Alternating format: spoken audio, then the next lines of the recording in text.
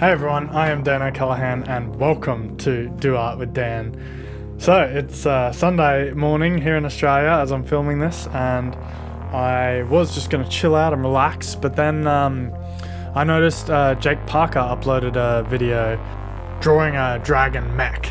I thought, yeah, I like Jake's art. I'm going to watch this video. I'm going to just chill out, eat my raisin toast and have my coffee and just kick back and watch that little half an hour video of him discussing social media and talking about art and drawing his Dragon Mech. And as I was watching it, I just thought, that's not a Dragon Mech. I'm going to show you what a Dragon Mech really looks like.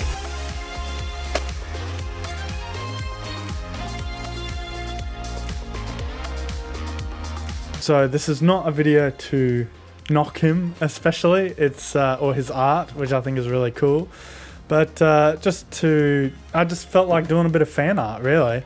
So here we go. I'm going to draw a Dragon Mech and I'm going to add two things that I think are crucial to a dragon being seen as a dragon, and he did actually discuss this a little bit. He wanted to make sure that he used red and yellow for his dragon in order to make sure, that the traditional colors or the typical colors of a dragon are there to just make sure you know that it is indeed a Dragon Mech. But there's a couple of things that I think are missing that would not just sort of make it clear that it's a dragon, but make it distinctly obvious and excitingly obvious that it's a dragon. So I'm not going to tell you what they are straight out, but I think you'll see as I'm drawing the concept art for this image, for this Dragon Mech of mine, this piece of fan art that I lovingly share to commemorate one of my online teachers, Jake Parker. I'm actually a sort of a student of his, as I have done the SVS Learn courses. I've done quite a few of them.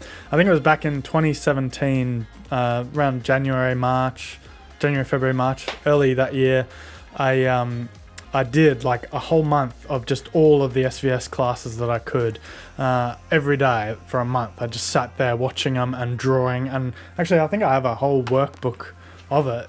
So I appreciate his work, and I I really love what he's done on YouTube. He's like, one of my YouTube inspirations, and I'm pretty keen to see what he comes up with his new Skull Chaser. And yeah, this will be the last video that I do that's sort of an attempt to start an art challenge, as he did with Inktober. This is the last video where I do sort of a fan art thing, because my next video, which I'm very excited about, is going to be all about my own comic book series, and doing the art and the story for that and sharing that with you. And that's something that Jake's often encouraging people to do, is to not just draw, and he discusses it in this Dragon Mech video of his, is not just draw, the instant gratification, sort of urgent art, as he refers to it, but to draw the important art, to draw the bigger stories that that you have in your heart and in your head. Those urgent images that he's talking about that you draw, they fill the Instagram feeds, and it demands that kind of urgent, quick fan art attention. But yeah, it's important that after this video I'm making a stand, and I'm going to commit to doing my comic book on a regular basis. It has been a bit sparse over the last 5 years that I've been thinking about it, writing down notes, and yeah, there's like over 40,000 words of notes, and there is a 100-page script. So I have to start work on that in the next video. But here we go. I'm going to quickly draw this Dragon Mech as I see it.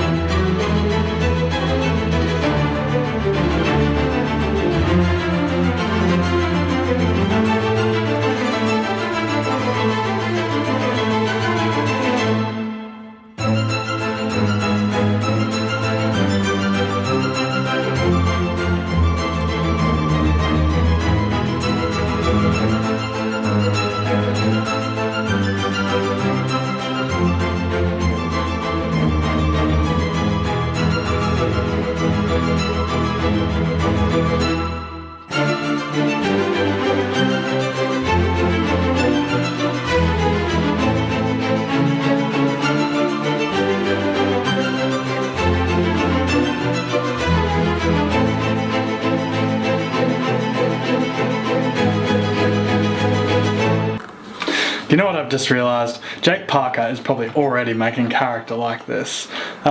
This one that he's drawn for us here in this video is probably just a little grunt character, like one of the forward soldiers or something. Or like the what do you call it? The sidekick or the henchman, right? And he's probably got a big winged fire-breathing dragon in the works already, right? A Dragon Mech that actually has wings. Yeah, just based on his Skyheart book, I feel like that's a very Jake Parker-y thing to do. To have like the King Dragon, who kind of looks like his little soldiers, but much more dramatic and gargantuan. So, yeah. Sorry about that, Jake. It's all good. Just, this is awkward. A little bit. Whatever.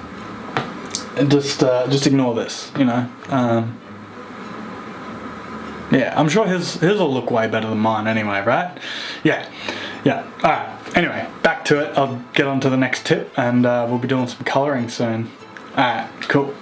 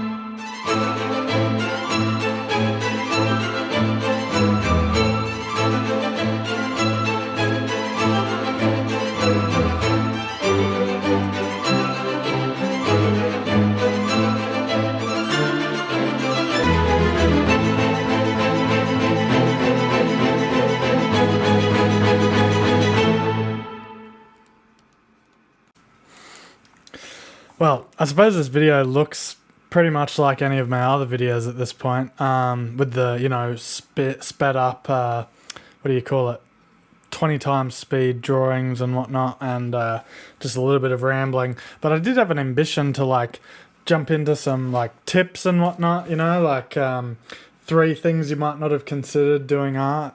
You know, I had, yeah, a little idea of just like playing the art in real time and spending like 10 minutes on each of these things and having a 30-minute video, similar to what Jake did with his drawing a Dragon Mech video, which the dragon kind of looked like a lizard, by the way. The reason I just didn't go into that and the reason I went with the sped up videos of the art again is because I don't know if you can tell. You probably can't. You're probably thinking you look pretty energetic, but I've had this like feeling of intermittent exhaustion, and so I'm just gonna have to do a bit of resting and just pace myself a little bit this week because, like I said earlier in the video, I have big exciting idea for my next video, which is all about announcing officially my comic book series that I've been working on, and actually uploading and publishing the artwork on a weekly basis. That's my plan. So that big video was going to be my next one, and it still is. And I don't know, like what it is. I had the COVID vaccine. I don't know, and I fell off my skateboard. I didn't hit my head or anything. But maybe I got a bit of whiplash. I don't know. There's a number of factors that have caused me to get a little bit anxious about the whole thing. But don't be alarmed. I just need to rest, I guess. My body is just like, hey man, you've just got to go and have a nap. Which is a little bit sucky because like I just like getting up early, working, and then passing out, you know, but no, my body doesn't want to let me do that. You know, I go for my walks. I'm eating healthier than I've ever eaten, so I don't know what that's about. But don't worry, I'm going to get some kip, and I'm going to make these videos bigger and better and more exciting. But yeah, sorry, this one looks just like every other video that I used to make. I want to try and get to that point where I'm making more videos that are, you know, outdoors and or just are more rich, more exciting, you know? I feel like being stuck behind this desk, whenever I sit down in this chair for too long, it doesn't take long these days for me to get exhausted sitting in this chair, which is a bit unfortunate because this comic art that I'm going to be doing soon on this bench, like on these giant pieces of paper, I draw one page of art and then the second page of art, so like it's a bit different. Most comic book artists, they just do one page and then they but I like doing both because when you open a book, a comic book, you do see both pages, so I like to have both pages in front of me. Plus it sort of gets me doing both, like 2 pages in a day, so I can pencil, and even if I push myself I can even ink both pages of art, so I can do 2 pages of art a day, which is a pretty good, well, it's pretty average for a professional comic book artist, but yeah, I'm not really a professional, but you know what I mean. I've got my ambitions, and yeah, that's all there. What were these 3 tips? They were, you don't have to be a full-time artist. And then I was going to elaborate on, you know, you really don't. Like, I'm happy having my little job. I mean, sometimes I'm happy.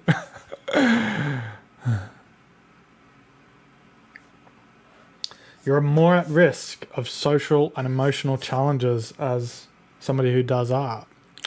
It's just a thing. You just got to watch yourself. I mean, it could be quite liberating for you to suddenly be doing art after something that's much worse, you know, or perhaps something that's a lot more restrictive, you know, that's a thing too. But for somebody who's been doing art for a long time, and, you know, depending on how ambitious you are, that can be a lonely road, it can be an exhausting road. So you just need to make sure that you're looking after yourself and make sure that you're open to different ideas.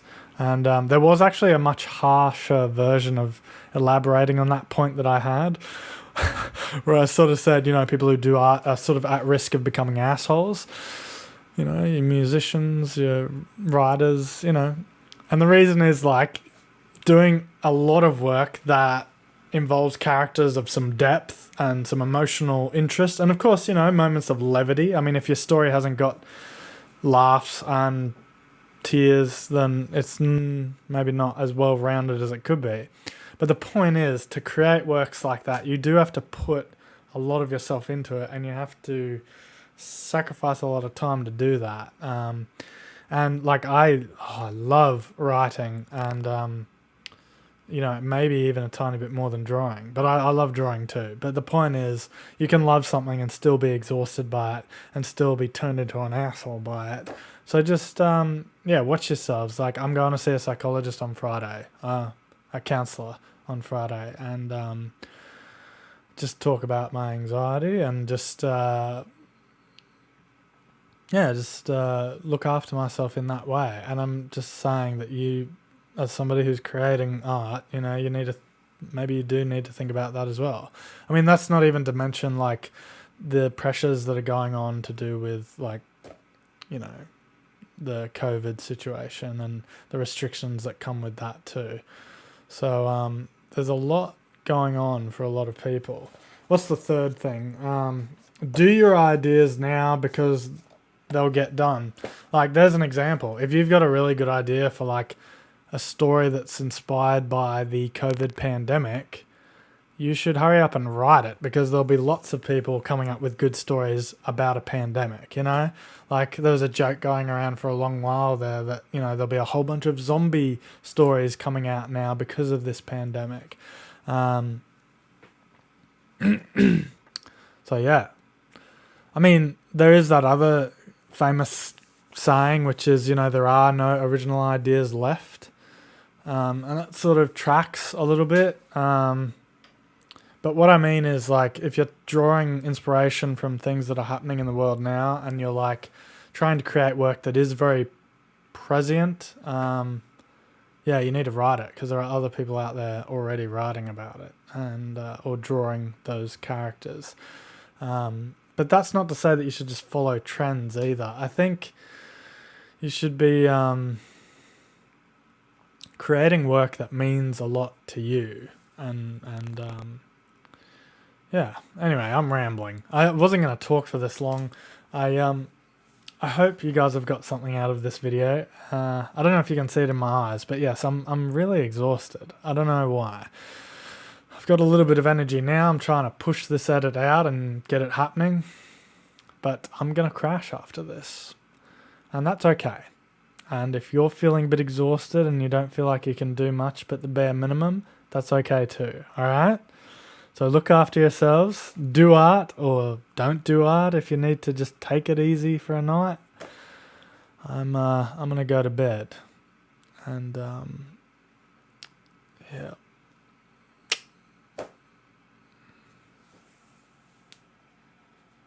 Hey Siri, lights off. Watch this. I'll go into pitch darkness.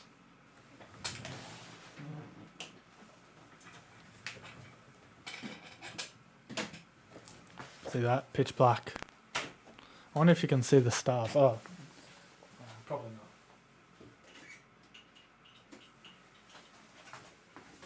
I'm going to go outside and have a quick look at the stars. If you're ever feeling a bit, you know, overwhelmed or insignificant, or...